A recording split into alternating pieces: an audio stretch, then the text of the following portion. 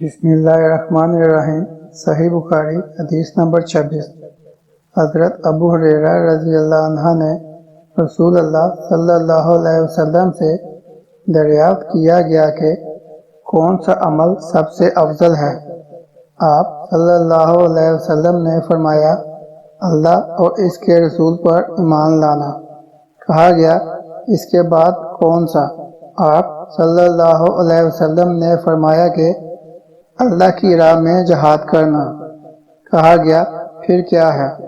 آپ صلی اللہ علیہ وسلم نے فرمایا، حج مبرور۔ بسم اللہ الرحمن الرحیم۔ صحیح بخاری حدیث نمبر 27۔ سعد بن ابی وقاص نے اپنے والد سعد رضی اللہ عنہ سے سن کر یہ خبر دی کہ رسول اللہ صلی اللہ علیہ وسلم نے چند لوگوں کو کچھ عطیہ دیا ہے اور سعد وہاں موجود تھے۔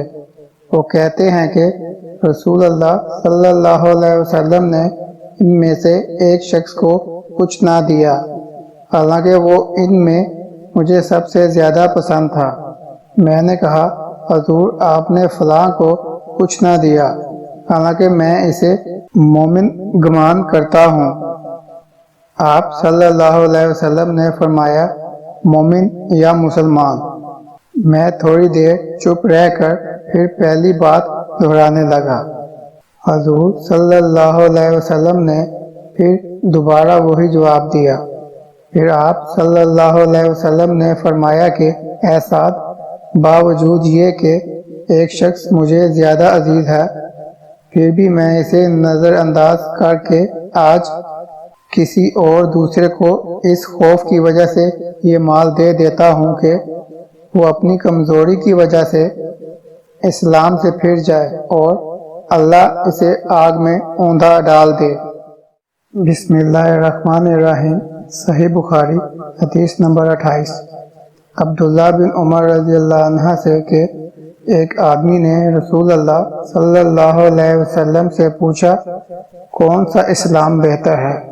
آپ صلی اللہ علیہ وسلم نے فرمایا کہ تو کھانا کھلائے اور ہر شخص کو سلام کرے، خواہ اس کو تو جانتا ہو یا نہ جانتا ہو۔ بسم اللہ الرحمن الرحیم۔ صحیح بخاری حدیث نمبر 29۔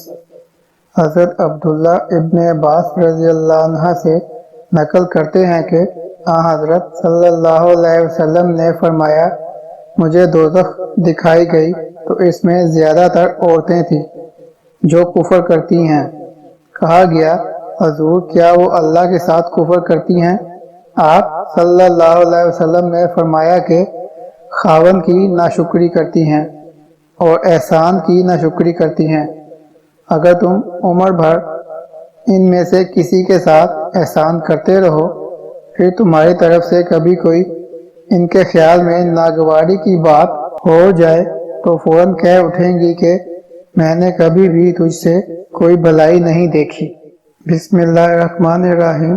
صحیح بخاری حدیث نمبر 30۔ سلمان بن حرب نے بیان کیا، کہا ہم سے شعبہ نے بیان کیا، انہوں نے اسے واصل احدب سے، انہوں نے معرور سے، کہا میں ابو ذر سے ربضہ میں ملا، وہ ایک جوڑا پہنے ہوئے تھے اور ان کا غلام بھی جوڑا پہنے ہوئے تھا۔ میں نے اس کا سبب دریافت کیا تو کہنے لگے کہ میں نے ایک شخص یعنی غلام کو برا بھلا کہا تھا اور اس کی ماں کی غیرت دلائی یعنی گالی دی، تو رسول اللہ صلی اللہ علیہ وسلم نے یہ معلوم کر کے مجھ سے فرمایا، اے ابو ذر، تو نے اسے ماں کے نام سے غیرت دلائی، بے شک تجھ میں ابھی کچھ زمانہ جاہلیت کا اثر باقی ہے۔ یاد رکھو، ماتحت لوگ تمہارے بھائی ہیں، اللہ نے اپنی کسی مصلحت کی بنا پر انہیں تمہارے قبضے میں دے رکھا ہے، تو جس کے ماتحت اس کا کوئی بھائی ہو تو اس کو بھی وہی کھلائے جو آپ کھاتا ہے اور وہی کپڑا پہنائے جو آپ پہنتا ہے، اور ان کو اتنے کام کی تکلیف نہ دو کہ ان کے لیے مشکل ہو جائے، اور اگر کوئی سخت کام ڈالو تو تم خود بھی ان کی مدد کرو۔